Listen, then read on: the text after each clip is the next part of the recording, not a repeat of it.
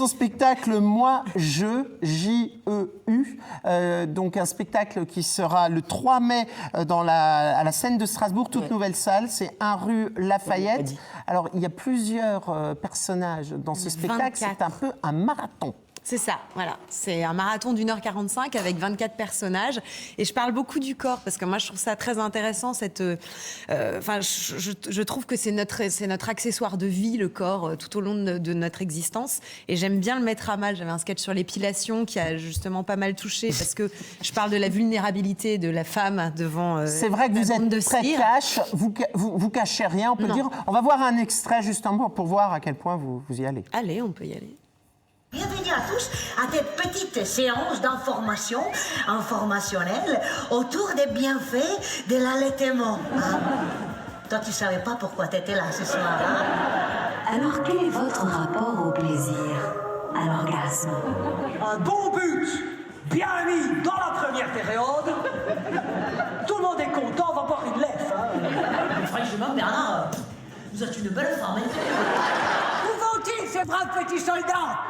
À la bataille de Reichshoffen? Pas du tout. Papa est dans la main. C'est comme ça dans la nature.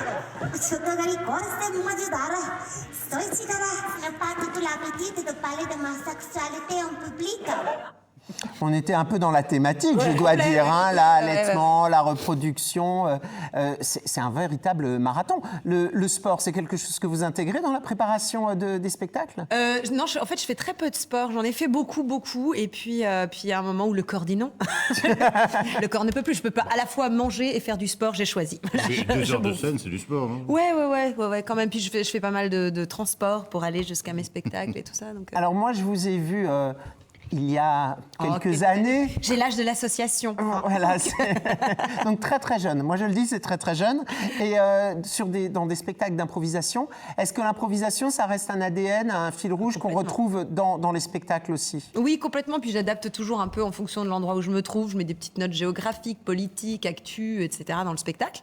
Mais comme font beaucoup d'humoristes, hein, concrètement.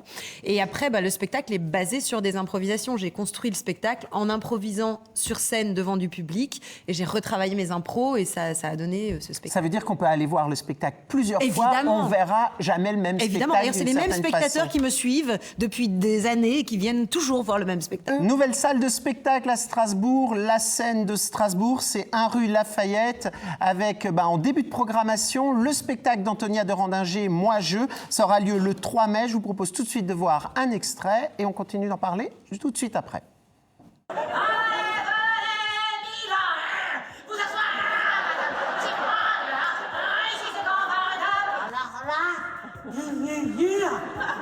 Je ne suis jamais venue ici.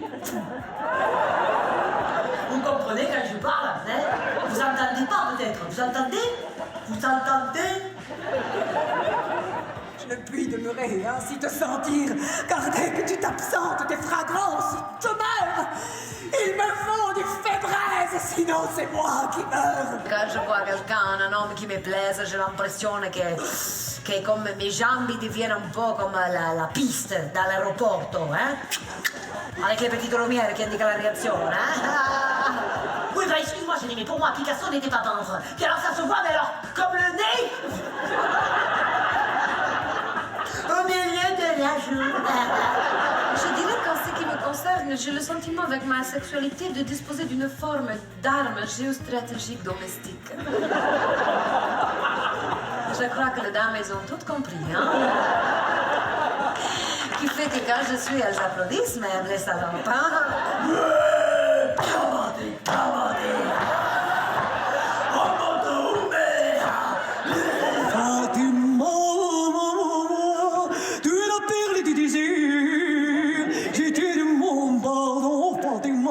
Moi, je suis comme ça, je ne vois pas, je n'entends pas, tout d'un coup. Quand ils ne s'y attendent pas du tout, je les regarde et je les pardonne.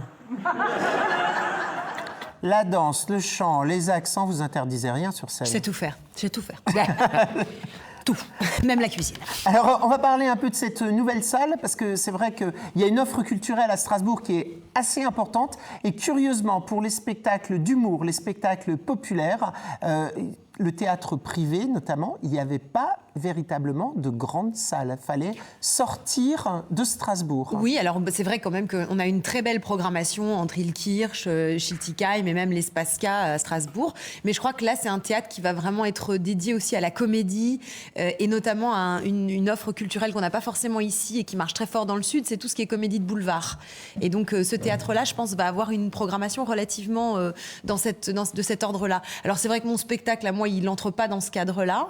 Mais voilà, j'ai l'opportunité de connaître le programmateur qui avait envie de marquer un peu le coup en me programmant. Et comme toutes les dates que j'ai en Alsace sont complètes, je suis le 5 avril à Erstein, le 6 avril à Oberhausbergen, c'est complet. Les autres dates qui ont eu lieu déjà en Alsace sont complètes. Et à ma connaissance, c'est un peu la seule date que j'ai là. Parce que c'est une nouvelle salle où se produira aussi Laurent Baffy, il me semble, juste avant vous.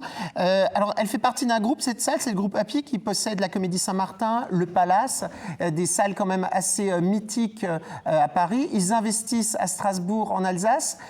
Ce genre de salle, ça existe un peu partout en France et ça manquait en Alsace. Alors, je pense qu'effectivement, il n'y en avait pas en Alsace. Donc, c'est une bonne chose. De toute façon, un lieu de spectacle et de culture qui ouvre, c'est toujours une bonne nouvelle, moi, je trouve.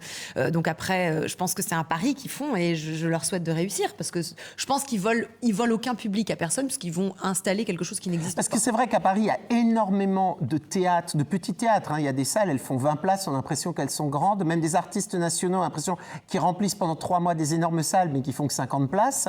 Il y a une proposition en spectacle d'humour qui est quand même énorme. Il y a une demande aussi qui est énorme. On a cette même demande en Alsace. Mais curieusement, on n'avait pas l'offre en face de la demande. Oui, enfin voilà, moi je connais pas vraiment je sais pas par quel chemin ils en sont venus là à vouloir ouvrir cette salle à Strasbourg. Moi je trouve que c'est un pari qui est intéressant et puis je suis contente de jouer là-bas. Puis surtout c'est aussi une des rares opportunités que j'ai de présenter mon spectacle dans la communauté urbaine, vraiment au cœur de Strasbourg, parce qu'on a beau être à la Méno, ça reste quand même le cœur de Strasbourg. Il y a des places de parking, les gens peuvent venir voir le spectacle et puis voilà, moi c'est pour ça, moi. C'est vrai que c'est intéressant à dire. Il y a 500 places dans la salle et alors le ratio est complètement inversé puisqu'il y a 1500 places de parking dehors. Donc vous pouvez venir la veille, garer votre voiture, revenir en tram, aller chercher votre deuxième voiture pour la garer le soir du spectacle. Voilà, et puis ça se passe le 3 mai. Moi, le spectacle d'Antonia de Randinger. Et je peux rajouter un dernier truc. Mais un dernier. Juste dire que s'il y a des Alsaciens qui veulent venir me voir à Paris, je suis à la Cigale les 29 et 30 mars. Donc là, vendredi et samedi. Oui, parce qu'on oublie de dire que vous cartonnez partout en France, voilà. Et notamment à la capitale. Merci.